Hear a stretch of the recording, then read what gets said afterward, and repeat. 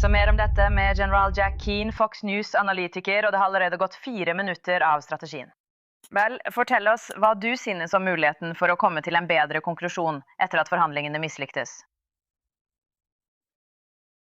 Ja, men først og fremmest synes jeg, at tidspunktet er perfekt, egentlig på grund af det, som skete. Iran havde en klar fordel, da de stængte Hormuz, og regeringen indførte våbenhvile i det afgørende øjeblikket. De ønskede faktisk virkelig slutten på krigen, så vi gik ind i forhandlinger, og det var tydeligt, at præsidenten gav klare og tydelige instruktioner til sine forhandlere.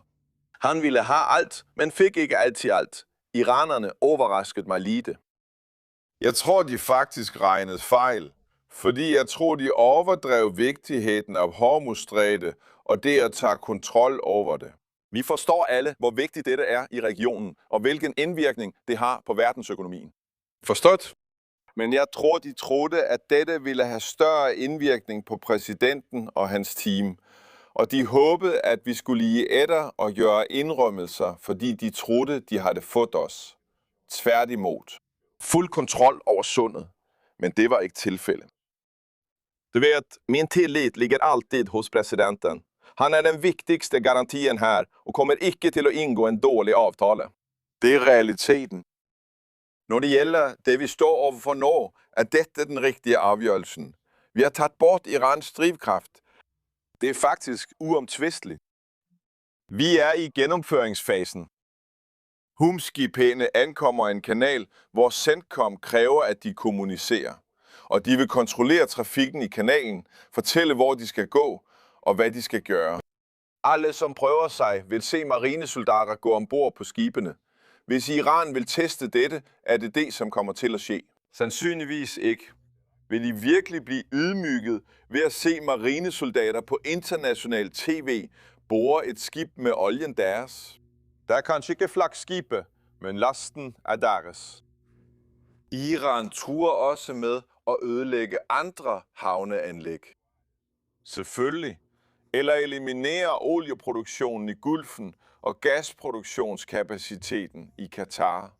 Eller de kan ret og slet bare udsætte det og vente lidt for at se, hvad som sker med USA, i troen på, at de til slut vil give etter.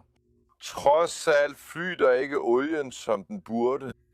Men husk, sikkerhedsventilen her er følgende. Det vi har i kraft er, at USA vil tillade transit af olie til land, som har ikke-iranske havner. Det gjenstår at se, om disse skibene fortsat vil sejle, for de tror, at Iran kan gribe ind i dette.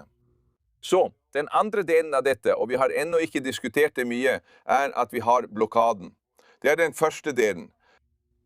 Men vi tror absolut, at vi må sørge for, at sundene er åbne og frie.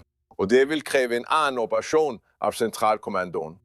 De har åbenbart allerede startet denne operation ved at sende, som du nævnte, nogle destroyere. Og vi har også undervandsdroner, som leter efter miner, som ikke spores af iranerne. Så vi må gennemføre mineswiping og fjerning, og vi må sikre transit for alle de andre skibene. Og dette påvirker forsvarsbudgettet. Da Ronald Reagan stod op mod iranerne i 88, fordi de forstyrrede olietrafikken i området, havde han dobbelt så mange skib, som vi har i dag i den amerikanske marine. Vi har under 300. Vi havde næsten 600 skib. Nedskæringene i Obamas budgetter og krigene har ført os hit. Trumps forsvarsbudget er afgørende. Hæren er på sit laveste niveau siden 2. verdenskrig, og luftforsvaret er på sit laveste på 40 år. Dette kommer til at være afgørende, men dette er et klart eksempel på, hvorfor du trænger en større marine.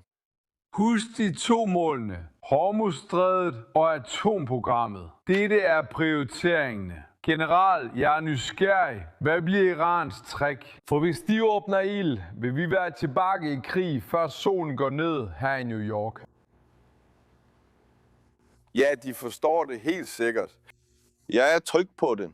Jeg tror sandsynligvis for os ville vores taktik være at lade våbenhvilen fortsætte til slutten, hvis iranerne ønsker at komme tilbage og snakke mere. Nu som er ganske muligt. Jeg mener, nå vet de hvor fast amerikanerne står på sitt, og kanskje er de villige til at gøre nogle indrømmelser, som de ikke var før. Og som jeg har sagt flere gange her, Bill, selv når de gør denne typen indrømmelser, må du være helt skeptisk til det. Fordi sandsynligheden er, at det bare er en udsat våbenhvile, noget som er i deres interesse og absolut ikke i vor. Ja, iranerne ved, at vi vil genoptage kampoperationerne. Men tro mig, jeg mener, at så snart våbenhvilen er over, må vi uansett gå tilbage til kampoperationer. Jeg mener, jeg vil have Cooper som leder for Centralkommandoen og Samir som leder for Israels forsvarsstyrker. Begge har det fortsat næsten 2 uger med mål at eliminere. Dette viser os, at det fortsat er noget der ute, og jeg mener, vi bør dra ud og gøre jobben færdig. Hvis der er nogen, findes det svært kritiske mål, og hvis vi ønsker at gøre noget begrænset, så er dette helt afgørende. Men jeg mener, at disse kommandanterne bør lede, og de vil helt sikkert gøre det. De vil sige til statsminister Netanyahu og også til præsident Trump, her er det, vi har igen. Her er opgaverne, vi har foran os, og disse afgørelserne vil blive taget derefter. Takk, general Kenny, takk. Når vi starter denne blokken som varer i omtrent 10 minutter, så er det flott å ha deg med oss denne morgenen. Takk. Takk. Tak, herren. Velkommen tilbake til Amerika. Vi er her med ekspertenes ekspert, den pensjonerte 4-stjernersgeneralen Jack Keane. General, vi vet at iranerne ikke var interessert i å inngå en avtale. Vi vet at USAs president hadde flere røde linjer, og veldig viktige røde linjer som han satte fra starten av. Så de kommer til denne forhandling, og det virker ikke som om de kom til denne forhandling med tanken om at gi etter. Hvad synes du om alt dette?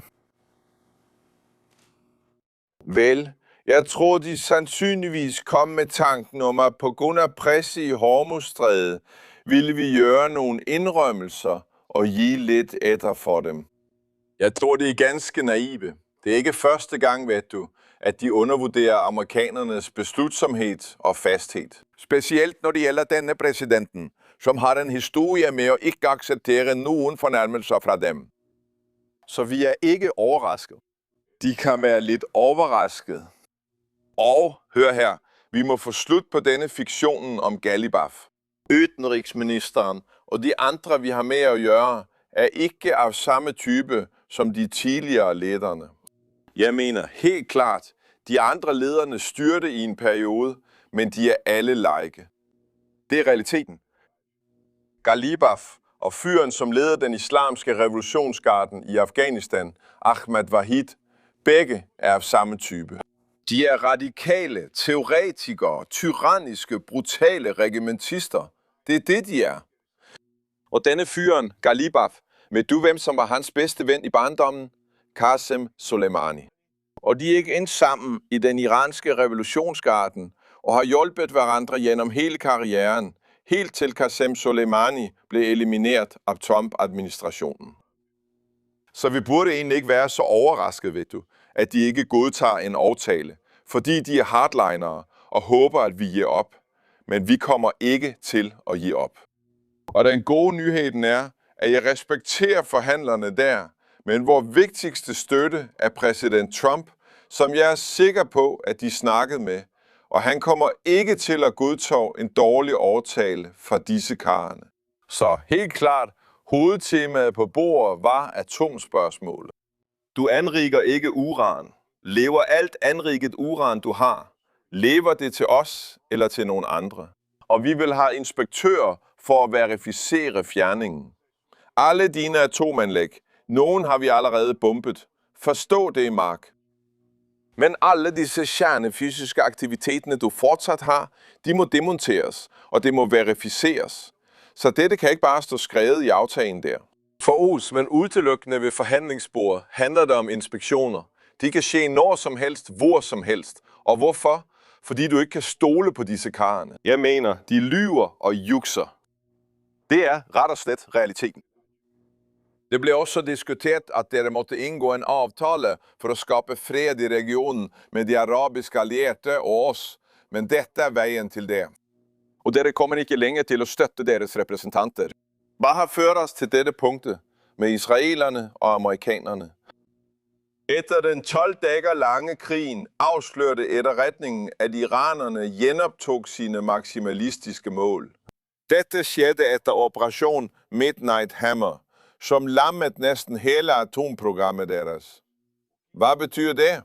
De har accelereret byggingen af underjordiske ballistiske missiler med hjælp fra Kina i et alarmerende tempo. Efterretningen blev alarmeret og varslede Netanyahu og også vor præsident. De begynte med at kanalisere penger gennem netværk af proxygrupper, hundredvis af millioner dollar. De ændrede på det. Hvilke centralbanker brugte de? De sendte penge gennem Istanbul som sidste transitpunkt. Deres støtte til stedfortrædere og vilje til at bruge disse stedfortræderne for at bidrage til at ødelægge staten Israel har altså ikke ændret sig. Ikke det mindste. Og de tog beslutningen om at genoptage atomprogrammet, men de havde endnu ikke bestemt sig for at gennemføre det. Fordi de vidste godt, at vi fulgte med på alt. Likevel havde de forpligtet sig til at genoptage det. Og når man lægger alt dette sammen, samt den betydelige økningen i udviklingen af droner, vi vidste vældig godt, at det bare var et tidsspørgsmål, før regimet fik kapacitet til atomvåben og brugte sine konventionelle midler til at destabilisere regionen, slik de har gjort før. Så denne klare vision til statsministeren og vor præsident sammen sagde nok. Faktisk nok. Vi må gå efter dette og stoppe det en gang for alle. Og det er der, vi er nu.